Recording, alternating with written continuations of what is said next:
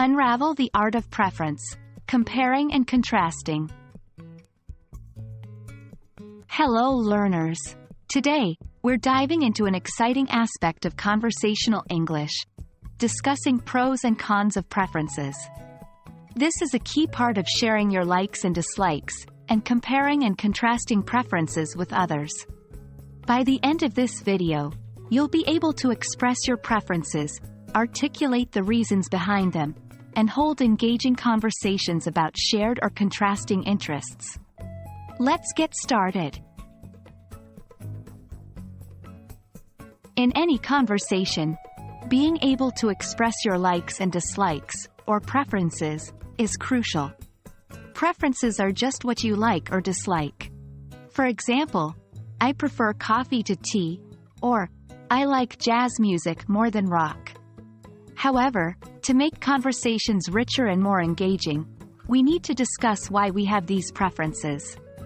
This is where discussing the pros and cons comes into play. When expressing pros, advantages, and cons, disadvantages, it's important to start with phrases such as, "The thing I like about what's great about this is the problem with this is what I don't like about."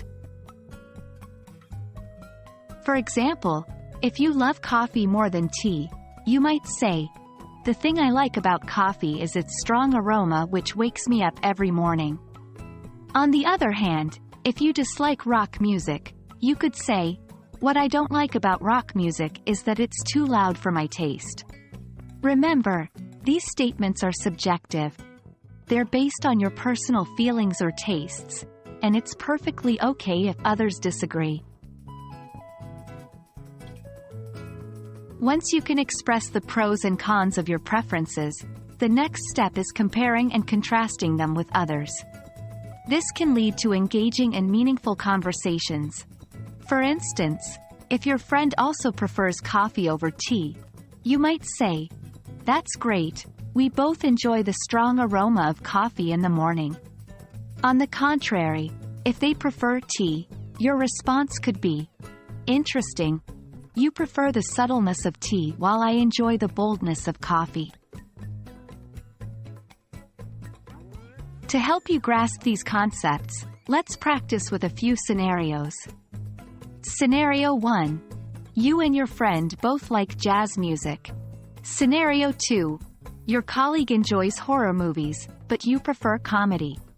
Take a moment to think about what pros and cons you could discuss in each scenario and how you'd compare or contrast your preferences. That's all for today, learners. Remember, the beauty of discussing pros and cons of preferences is in respecting diversity and learning to appreciate differences. Next time you're in a conversation, try expressing not just your preferences, but the reasons behind them. Until then, keep practicing, and happy learning.